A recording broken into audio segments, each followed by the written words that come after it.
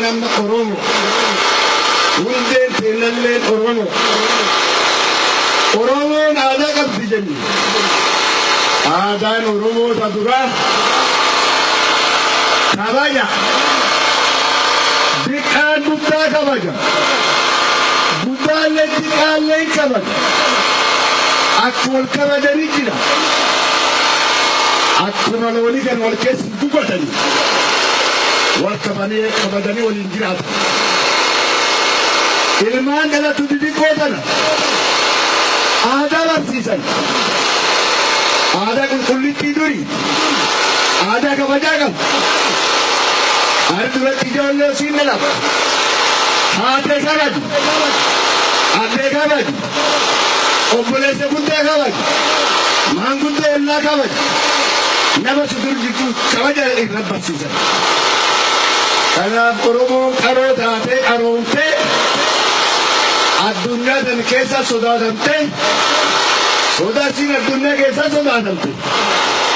Diinni gama gamaan itti duulee cabsuu danda'e beekta. Diinni kun akka lama cabse. Akka maadii dhuftee isanin natti beekananii hin beekne hin jiru. Amaarri dhufraani Oromoo dhabsuuf nama siin qabattee beektuufe. Oromoo dhabsuuf Soomalee qabatte. Bifallee wal fakkaatan. Wanti keessanillee hunda tokko. Warra kan itti seenaa Islaama godha jetteen. Uummanni Arabtiitiif uummalii Soomalii amantii nutti duudhe dhiiroo. Nutti duudhe amantii. Arabtiin duuba nutti duudhe. Soomaliin baruutiin nutti duudhe. Amantii keenya balleessanii tafii nurra jaaran. Silaa duuba namni mana isaa cabsanii ofii achi jaarratanii raafu uummanni.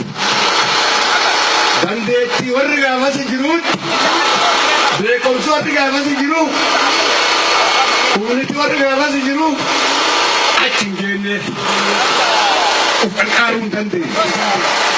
Galmatti bulte yeroo bitamte Oromoo wal arguu dhowwan. Ani guddaan kuni gaafa nama Wallaggaa dhalate argina. Hagaruma ka ilmaan argina nama Wallaggaa dhalate. Kutaan tokko keessa hin daanditu. Wal barachuu dhowwan. Furunni jirutu kaamsan. Wallaggallee tarafu Boorana kan hin dhufu. Shawaalleen akkas. Harargeen akkas. Jimmaan akkas. Rafaan akkas. Ilmaabri akkas.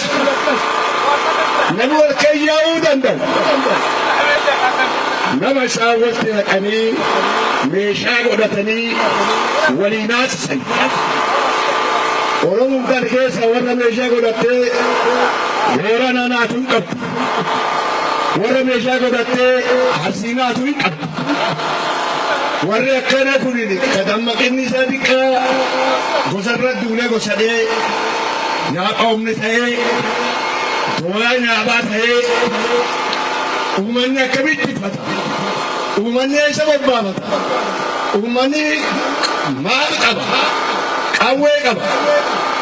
Qawwee sana kan uummanni qabu Sidaama deemanii malee Sidaamtii dhuftee irra guurti. Kaarra Sidaamtii qawwee irra guurti isaan boonii dhadhan. Kullee jedhuudha qabdee beektu. Kanallee argine beektu. Fulaan itti iyyatan hin jirtu. Namni itti hubatan hin jiru. Namni sila itti hubatan qabsilee jiru kana.